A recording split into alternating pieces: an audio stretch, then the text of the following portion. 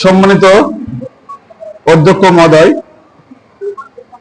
আমার সহকর্মীবৃন্দ এবং সামনে উপবিষ্ট প্রিয় নবীন শিক্ষার্থীবৃন্দ, সবার প্রতি আমার রইল আন্তরিক সালাম এবং শুভেচ্ছা। আসসালামু আলাইকুম ওয়া রাহমাতুল্লাহ।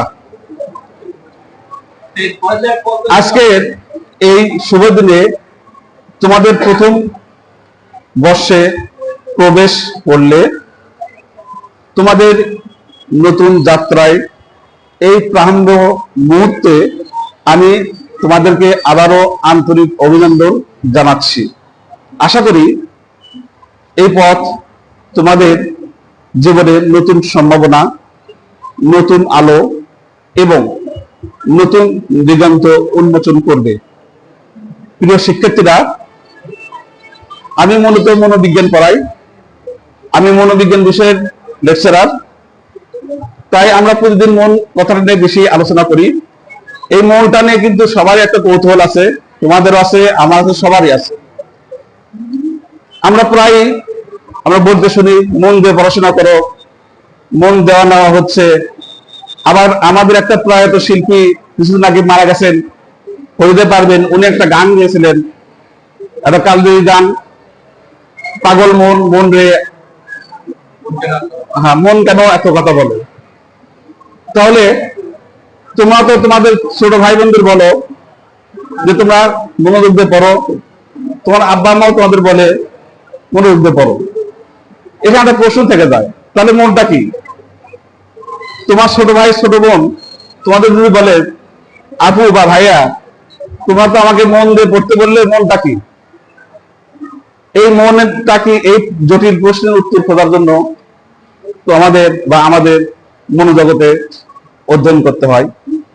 তোমাদের অনেকেরই ভুল ধারণা আছে, যারা মনোবিজ্ঞানে পড়ে বা মনোবিজ্ঞানী, তারা মানুষের মুখ দেখলেই বা চেহারা দেখলেই সবকিছু বলে দিতে পারে। আসলে এটা ভুল ধারণা।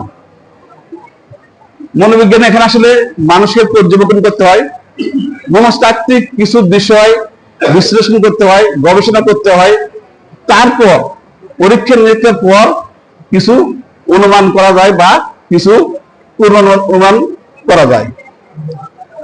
যাই হোক, তাহলে এখন প্রশ্ন আসে, মনোবিজ্ঞানে তাহলে কি শেখানো হয়?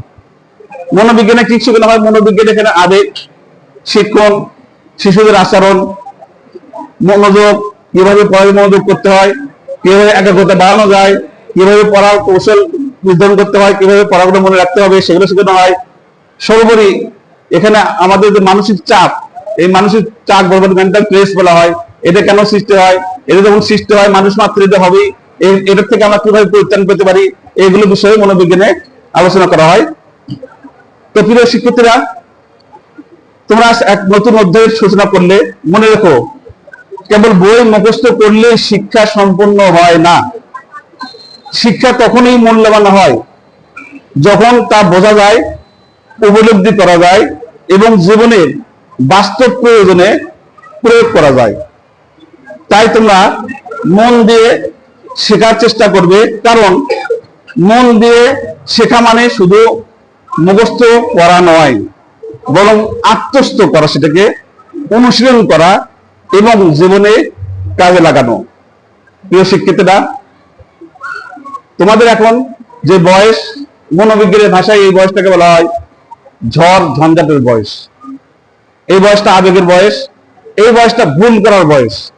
অতএব আবেগটাকে অবশ্যই নিয়ন্ত্রণ করবে, নিয়ন্ত্রণ করে সঠিক কাজে মনোযোগ দেবে। সর্বশেষে তোমাদের কাছে আমার আবেদন এবং নিবেদন, সেটা হচ্ছে তোমরা আমাদের এই প্রাণপ্রিয় দেশটাকে মায়ের মতো ভালোবাসবে এবং তোমাদের লেখাপড়া, তোমাদের ক্যারিয়ার গড়ার ক্ষেত্রে তোমরা ভালোবাসবে নিজের মতো করে। তাহলে তোমাদের সঙ্গে আবারও দেখা হবে এই ক্যাম্পাসে এবং কথা হবে মনোবিজ্ঞানের ক্লাসে। ততদিন তোমরা ভালো থেকো, সুস্থ থাকো। তোমাদের সর্বাঙ্গীন মঙ্গল এবং উজ্জ্বল ভবিষ্যৎ কামনা করে আমি আমার বক্তব্য শেষ করছি। আসসালামু আলাইকুম। ধন্যবাদ।